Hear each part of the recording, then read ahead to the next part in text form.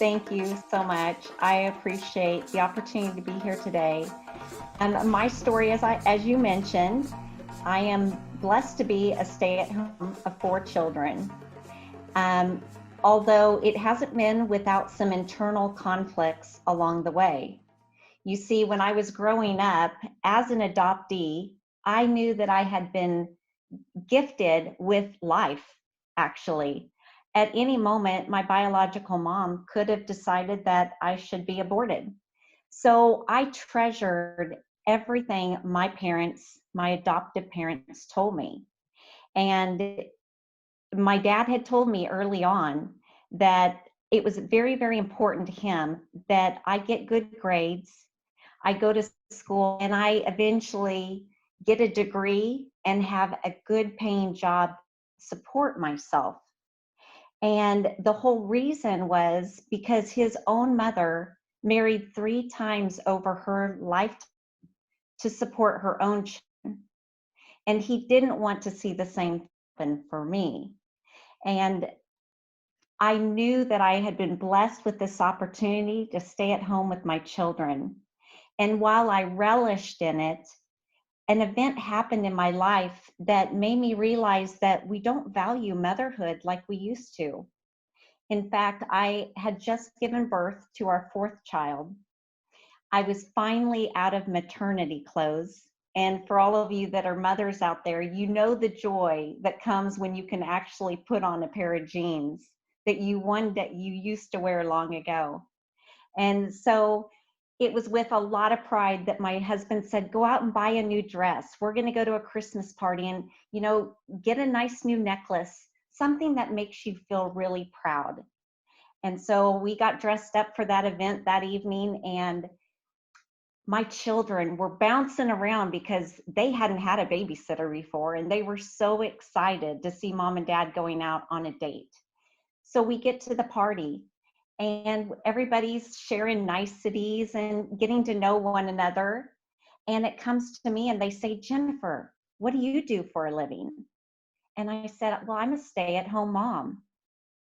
And there were crickets, meaning nobody said anything. Nobody knew how to respond. And I thought, is there something in my teeth? And as I went across the evening and shared with various I was in what I did for a living, the same thing continued to happen over and over. And I left that evening so discouraged and so despondent. And I thought, oh my gosh, people don't have a value on motherhood anymore. And I've been blessed to be able to stay at home. You see, I worked my entire life to get good grades. I had reached what I consider the Mount Everest. I worked at IBM and Microsoft, and I had found myself on a treadmill working 90 hours a week in a job that wasn't even for my own fulfillment. I was living my own dad's dream. And for all out there that have ever, followed somebody else to success and have gotten to the destination and realized this isn't my path, I share in that. And I was there also. Thankfully, I was given the opportunity to stay at home. Now I'm in a place where nobody valued motherhood. In fact, I was questioning my own value. I had realized over the 7 years of having my children that I was Jessica's mom or Evan's mom or Nicholas's mom. They never even knew my own name anymore. And it was at that moment that the little girl who was in 3rd grade rose up feeling scared because when I was only 9 years old, I had run outside in front of a motorcycle and got hit. And over that next year, I was in a wheelchair and I had broken many bones in my body. And at first, my classmates would wheel me into the classroom and they thought it was a cool novelty to be able to push somebody in a wheelchair. But after a while, when they had to carry my books, my peers no longer wanted to be there for me. And by the time I reached 5th grade, I was an overweight adolescent child. And when I finally didn't have any braces on my body or any crutches to hold me back and could run outside with my peers, everybody fled. Nobody stayed around me. In fact, it was like oil being dropped into soapy water. I felt like I had a contagious disease. And over that next year, I realized I needed to change who I was so that people would want to be around me again. And I thought the only obvious thing to do is to lose weight. And so over that next summer, I worked tirelessly, and I recall almost starving myself just to win the approval of my peers. My mom and dad, on the other hand, they were concerned about my grades. My grades had dropped so much.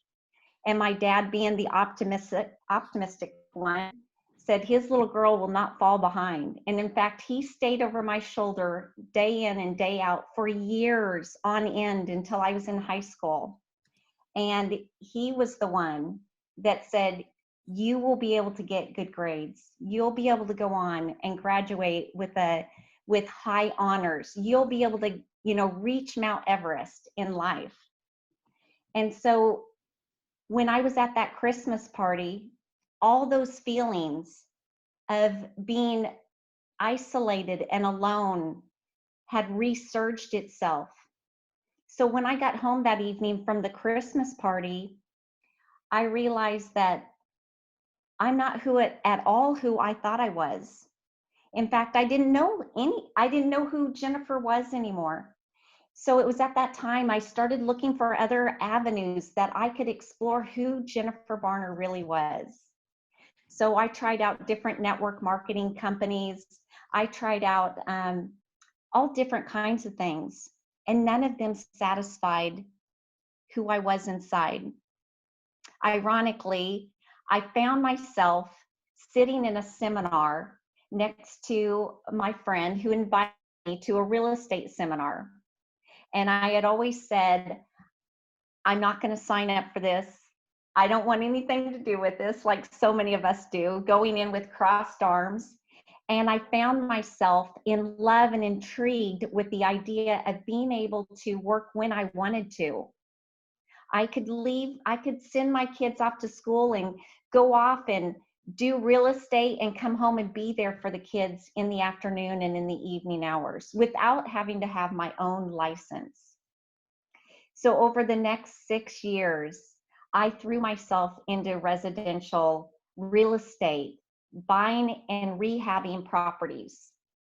And it's through that very first transaction when my hands were so sweaty and my husband's like, you've got this. And my kids are like, you've got this, Mom. You can do this, Mom. I know you can. That I realized it's such a painful journey to go through these doors, not knowing what's going to be on the other side. But when you get there, it's such a beautiful thing when you find yourself. I realize now that I was jumping from business opportunity to business opportunity in hopes of finding success and proving to my peers that I was worthy, when my own family always thought I was. In fact, when I became a stay-at-home mom, my dad had finally said, Jennifer, you're right where you're supposed to be. You have the most important role of anyone.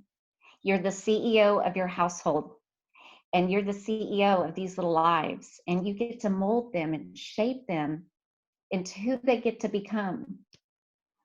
And so over the last 6 years, I have been able to do things I never thought I would be able to do.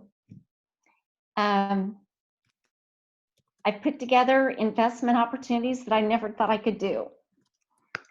It's been a beautiful journey. And I would just say to all of the stay-at-home moms out there, you are an incredible woman and you've been blessed with so much. And I pray that you never use the words, I'm just a mom. because it's a beautiful thing. Thank you for giving me the opportunity to be here today.